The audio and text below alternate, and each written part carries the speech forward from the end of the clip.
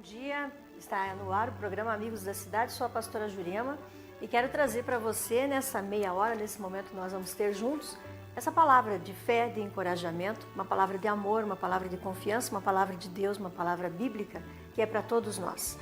E também uma palavra de conhecimento, que você então esteja totalmente aberto, que seja você aonde estiver, que você esteja aberto para compreender, para receber e para estar dizendo que o que você está recebendo, você está fazendo uma colheita daquilo que você quer para o seu bem-estar nesse dia.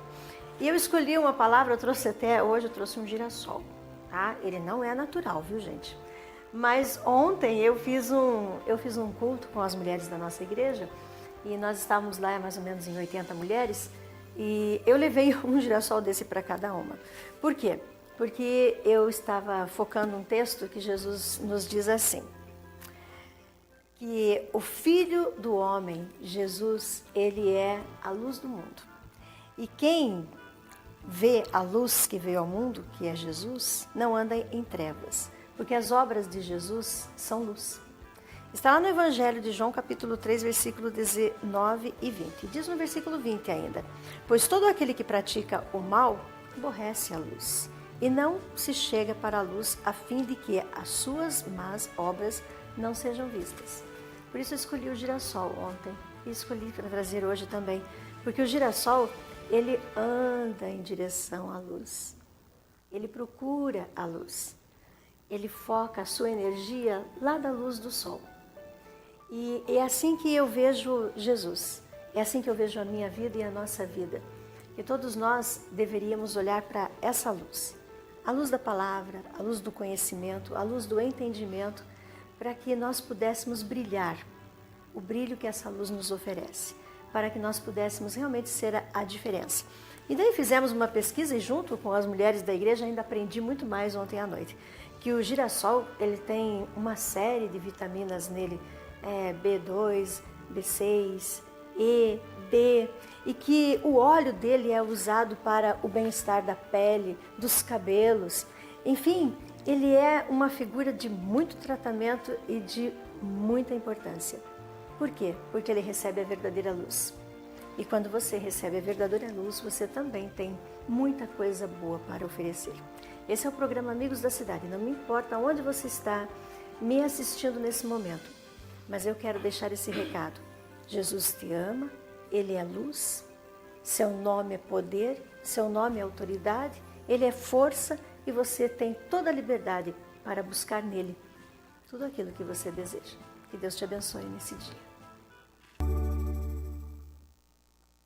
E nós, como amigos da cidade, nós temos hoje um assunto e nós sempre trazemos esse assunto no ar, porque para mim, pessoalmente, me diz assim de muita importância.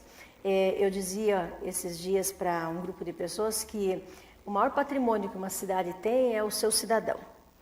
E dentro de toda essa situação de cidadãos, pessoas, famílias, o que nós temos na nossa história de vida, de cidade, são as crianças. E aquilo que nós temos para oferecer para as crianças. Por isso nós temos trazido um assunto sempre em pauta e temos procurado colocar sempre a mensagem e a informação sobre a educação. E a educação, hoje eu trago aqui novamente a Fabíola Araújo. Bom dia, pastora. Bom dia a todos que estão nos ouvindo. Agradeço mais uma vez o espaço para nós podermos conversar. A Fabíola, gente, ela é coordenadora da equipe de educação básica do Núcleo Regional de Educação. Tá? Já disse isso outras vezes, mas estou informando, porque ela tem assim, uma importância muito grande. Ela é o braço, no meu entendimento, mas ela é o braço do Estado aqui dentro da nossa cidade e da nossa região. Mais ou menos, aí pesou. Mas é para pesar mesmo. O que acontece? O Núcleo Regional de Educação ele é uma representação da SED aqui em Campo Mourão, certo. Obviamente. E o cargo que eu estou, né, no momento, como coordenadora, nós trabalhamos com as questões pedagógicas. Certo. E são imensas, porque é muita gente. São os 16 municípios, as 74 escolas e muita gente, muito professor, muito profissional, muito... Cada qual na sua área. Muitos alunos. Equipe, né? E hoje você traz o que de novidade para nós sobre a educação? Na verdade, eu gostaria de fazer um resumo de algumas ações que aconteceram durante o mês de junho, que foi a CONAI, dia 13 de junho, no Teatro Municipal, foi a final, né, foi a municipal. A CONAI seria a Conferência Nacional da Educação, e a CONAI ela foi preparada desde o dia 28, quando ela foi lançada, 28 de fevereiro, foi o lançamento da CONAI. Então, essa conferência, para a educação, ela foi a segunda. Então, nós ainda estamos, na verdade, caminhando em termos de conferência nacional. E o objetivo dessa conferência? É estabelecer critérios para a educação no Brasil no prazo de 10 anos. Então, nós tivemos a CONAI em 2010 e agora a CONAI, que vai ser em 2014. E quem participa da CONAI? Quem participa da CONAI? Toda a comunidade. Toda a comunidade escolar, a comunidade municipal, as escolas municipais, as escolas estaduais. Então, a CONAI ela tem um direcionamento de 7 eixos. Esses eixos eles englobam desde o planejamento e gestão, até questões ambientais, até valorização do profissional, o trabalho pedagógico na escola. Então, ele envolve 7 eixos que norteiam essa conferência nacional.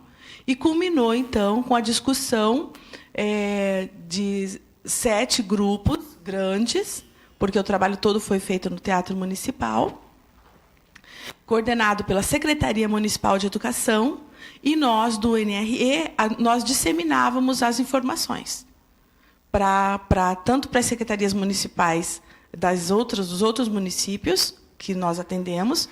Fomos também participar dos fóruns municipais de educação, e aqui terminou, então, com esse documento que vai ser enviado para a CONAI estadual. Assim que passar pela estadual, vai para a CONAI federal. E para nós entendermos bem, para que, né?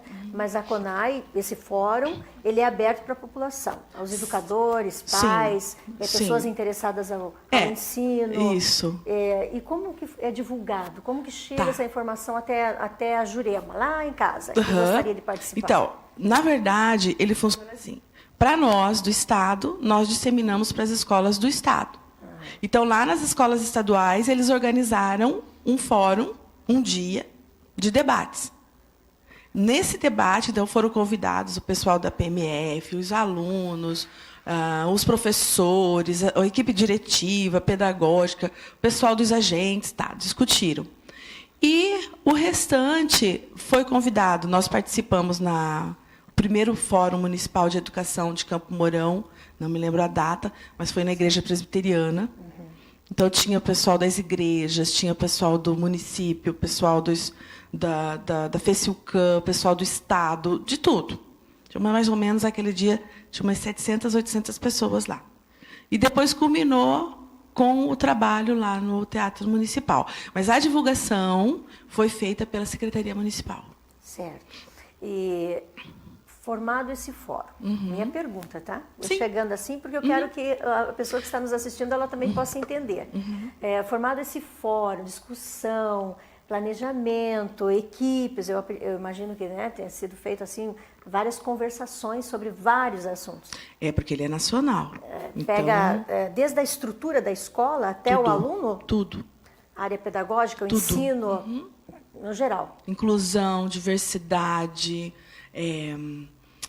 o trabalho com a questão ambiental dentro da escola, daqui a um prazo de 10, 20 anos, o que nós queremos para o Brasil, o que nós queremos em termos de educação, o que nós pensamos, o que a comunidade de Campo Mourão ou dos municípios pensa a respeito do que ela quer que a educação responda para essas crianças, para essa demanda nova que nós estamos recebendo na escola. E isso não está acontecendo só em Campo Mourão, no Paraná. Isso está acontecendo em todos os municípios do Brasil. Não em tudo. Em todos os estados. Todos fizeram.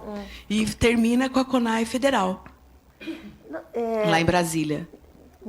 Eu entendo, né, que viajando em alguns lugares a gente percebe que a realidade das regiões, elas são bem diferentes no país, né? Então tem a realidade lá no norte, no nordeste, no sul, sudeste. E olhando toda essa realidade diversificada, consegue-se chegar num denominador comum? Olha, na sua opinião? Consegue. Só que precisa estabelecer esses critérios e seguir à risca. Porque eu vejo assim, por exemplo, quando nós temos no sul, no sudeste, no sul do país, nós temos uma realidade. As crianças e os adolescentes vão para a escola e eles têm um professor ao vivo e a cores. Eu sempre falo, eu usei essa mesma fala no CONAI de Pebiru. E na Amazônia, no interior do Mato Grosso, na Amazônia, né? Eu vou usar o exemplo da Amazônia, esqueci o Mato Grosso. Na Amazônia, por exemplo, as crianças vão para a escola de barco e elas atravessam à noite o barco, praticamente a noite toda para chegar na escola, os adolescentes também. E quando eles chegam na escola, eles têm o professor na TV só. Então, aí você tem uma disparidade muito grande.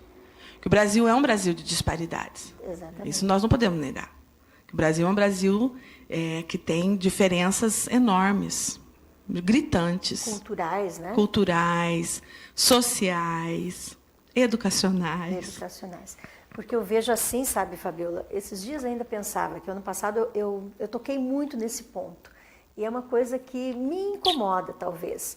Mas eu ouvia uma mãe me contando, né, que eles moram num determinado ponto da cidade. Uhum. E eles levam a sua filha para estudar em outro ponto da cidade. Atravessam a cidade toda, literalmente. Não vou dar os bairros e nem o nome das escolas. Certo. Porque eles optaram para que essa criança não estude perto da sua casa, por causa da qualidade da estrutura da escola e por alguns itens que eles conseguiram ver que a outra escola, lá na outra extremidade, traz uma diferença muito grande, quer dizer, muito melhor estudar lá. E eu fiquei questionando, porque isso já me incomodava muito o ano passado, onde eu penso que a escola é do governo, né, é responsabilidade do município, é responsabilidade do Estado, e por que elas não são todas iguais, com o mesmo cheiro, com a mesma beleza, com o mesmo piso, né, com a mesma presença profissional? Elas deveriam ser assim, não deveriam? Ou será que eu estou sonhando? Não. O que acontece hoje? Então, eu não estou apta para falar nisso, mas eu vou tocar no assunto. Eu entendo. Nós temos hoje o governo do Estado, no governo Beto Richa, fazendo uma reforma total nas escolas. Uhum. Porque uma coisa é a estrutura física. Uhum. Então, nós temos 2 pontos. Estrutura física é uma realidade. E estrutura pedagógica é outra. Certo. Então, nós temos realmente algumas escolas de Campo Mourão algumas escolas em Campo Mourão se destacam pelos prédios, que elas têm praticamente uma estrutura de uma escola, vamos colocar assim, privada. Né? Agora, e você sabe muito bem que existem escolas que estão realmente precisando de reformas completas. Mas isso tudo... Começando do básico, né? Começando do básico. Eu afirmo, garanto, porque lá dentro do núcleo tem o pessoal da estrutura e da reforma. Isso é uma prioridade do governo. Uhum. E já foi liberado, assim... foram liberados já, milhões de recursos para as reformas das escolas. Então, esse é um ponto que os pais se preocupam, e com razão. Não vamos tirar a razão deles. Só que, quanto à questão pedagógica, eu não vejo por quê. Eu vejo que é uma opção da pessoa. Porque o professor que dá aula, por exemplo, num colégio de centro, ele dá aula no colégio de mais afastado. Eu não vejo essa diferença. O currículo é o mesmo? É o mesmo. O currículo é o mesmo. E hoje, além do currículo ser o mesmo, a escola pode optar ainda pelas que eu já falei aqui, sobre as salas de educação em tempo integral, né? Educação integral, que são as atividades de contraturno. Então, muitos professores nossos, acho que a maioria, eles trabalham em várias escolas, né? Porque a realidade do professor também é essa, né? Então, a questão pedagógica, você tem a mesma estrutura e o mesmo currículo. Talvez faça a diferença, mas eu queria que o meu filho estudasse lá no centro, porque ele vai ter contato com outras pessoas, com outra realidade e tal. Mas isso é uma opção da pessoa. Só que existe algo, para nós, que é a questão do georreferenciamento.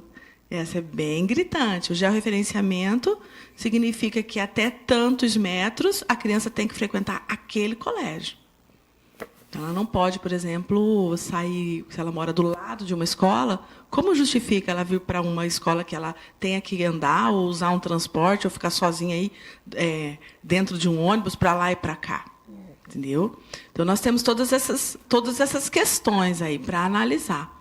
Talvez nessa análise poderíamos pensar que os órgãos responsáveis precisam ver o porquê que essa criança ou essa família optou para essa criança ir para o outro extremo. Exatamente. Né? Todo mundo em conjunto, inclusive nós também, exato, lá no SERI, que é o setor responsável por matrículas. Porque a escolha da família tem um motivo, então vamos verificar esse motivo. Uhum. Eu lembro que eu estava num bairro caminhando e uma pessoa que me recebeu, ela disse: as escolas podem ser melhores porque a minha filha, eu já disse para ela, não entre no banheiro da escola. Claro que pode. Né? Isso tudo e eu depende. Fiquei assustada com aquilo. Mas agora eu vou ser enfática. Isso depende da gestão da escola. Então, o que acontece? Agora nós temos inúmeros projetos de reforma. Quem que não quer que a criança vá num banheiro bom? Nós mesmos, todo mundo. Isso é uma questão mínima. Né? Então, hoje uma questão básica e de saúde, né? Sim.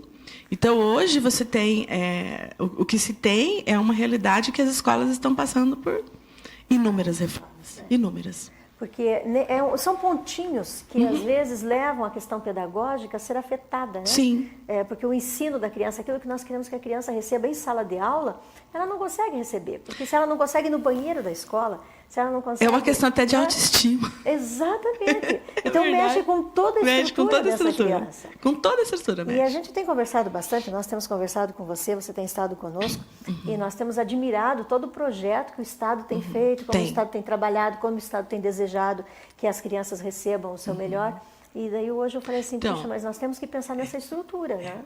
Daí, tem outras pessoas que podem falar também melhor dessa parte de estruturas que eu não acompanho muito. Eu sei o que está acontecendo. Então, daí eu gostaria também de falar sobre a formação continuada que nós fizemos na região e em Campo Mourão, para dar uma satisfação até para as pessoas, porque para a sociedade, porque tem os filhos na escola pública e às vezes pensa assim, mas os professores não passam por formação, o que acontece, né? Então, nós fizemos um trabalho dias 19, 21 e 25 de junho, num polo de Campina da Lagoa, um polo em Barbosa Ferraz e um polo aqui em Campo Mourão. Uma média de 7, 8 cidades em cada polo. E nós atendemos cerca de 2.990 profissionais, porque envolvia diretores, pedagogos, professores e os agentes educacionais 1 e 2. Então, eles receberam capacitação de 8 horas. Esse nosso trabalho é chamado de formação em ação, é de responsabilidade do NRE, mas, claro, que nós contamos com parcerias. E até gostaria de agradecer todos os nossos parceiros para esse encontro. Então, nós usamos aqui alguns colégios estaduais, e também o SESC, o SENAC, a UTFPR, a FECIUCAM, porque é necessário. Às vezes tem um laboratório mais específico. Por exemplo, química só dava para fazer na UTFPR, porque o trabalho, a oficina de química, precisava do laboratório da UTFPR. Sim. E aí os professores da UTFPR ministraram a formação em ação. E, assim, foram 93 oficinas.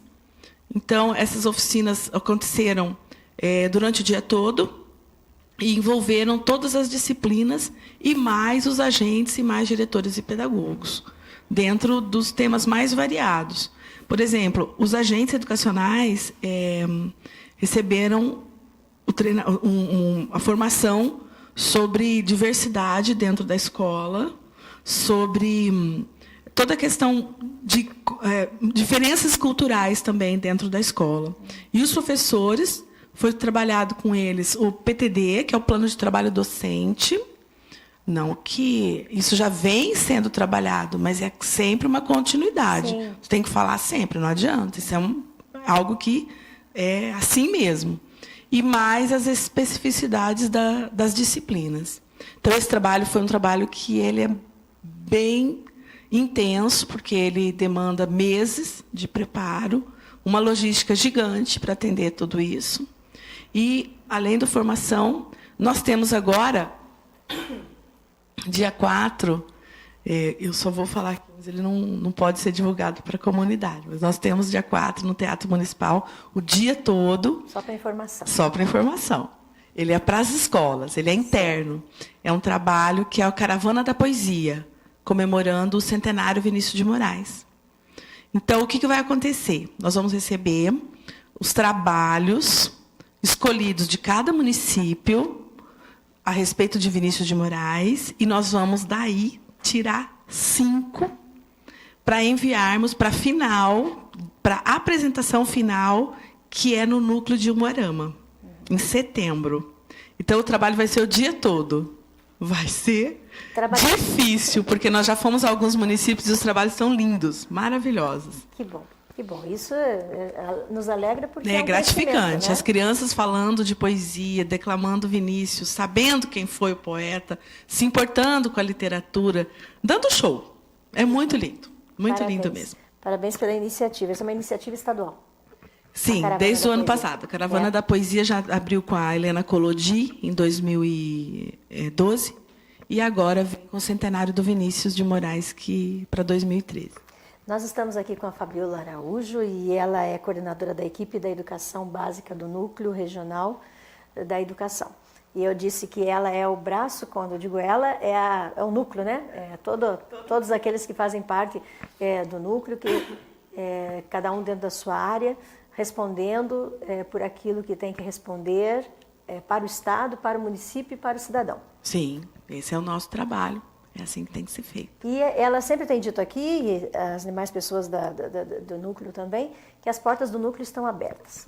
Qualquer dúvida, tem o pessoal ali debaixo do protocolo que já pode endereçar para a pessoa ter uma dúvida, ela quer conversar com alguém.